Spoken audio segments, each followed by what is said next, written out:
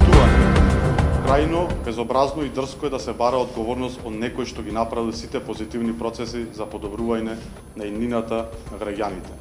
Еднаш конечно, од СДСМ, излезете пред јавноста и ако можете барем за миг да си го погледнете ликот во огледало, без притоа истото да посакате да го скршите, незадоволни од одразот што ќе го видите во него.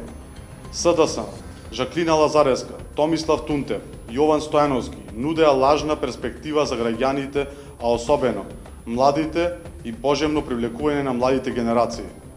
Зарем малку ви беа 8 години што ги претерувавте Охриѓани и не ги оставовте да живеат и творат во Охрид.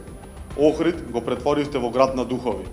Сите статистички податоци од Државниот завод за статистика го потврдуваат тоа. Најголем број на иселени лица од Охридци од периодот од 2007 до 2012. Па зарем, кој ли беше на власт тогаш во Охрид и кој го уништуваше? Вие од СДСМ и никој друг. Ветувавте во новиот живот, враќање на младите во државата и Охрид, а бројот на иселени е со најголем раст на овие 20 години. 30.000 за само 4 месеци. Како ќе ги вратите тие? Најавениот живот изгледа значи само големо иселување на младите. По досегашните изминати кошмарни 4 месеци се чувствуваат гневни, измамени, злоупотребени. Сите оние реформи направени од ВМРО ДПМН, кои им го олеснија животот, гледаме дека една по една ги укинувате. Да повикувате чесен и угледен доктор, кој што институцијата деценија ја водел во правилна насока и ја издигнал на едно највисоко ниво, а вие зад вас да немате ниту една трошка успех е мизерно. Жаклина Лазареска, Томислав Тунтев, што направивте за овие 4 месеци за младите? За жал, ништо. Пред избори, како муви без глави, одевте низ младите во Охрид, ветувајќи им дека по завршувањето на своето образование ќе им понудите 3 опции со кои ќе им помогнете во животот, а тоа вработување, практиканство и дообука. Што остваривте од тоа? Одважете се еднаш и одговорете.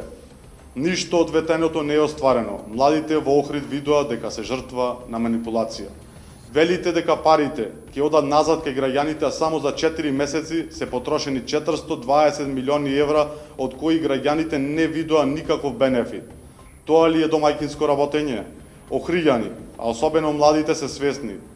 Младите ја гледаат манипулацијата на СДСМ. Младите повеќе нема да дозволат да бидат жртва на манипулација. Нова ера ќе има во Охрид. Да, затоа што народот препознава луѓе што сакаат да работат со дела за Охрид.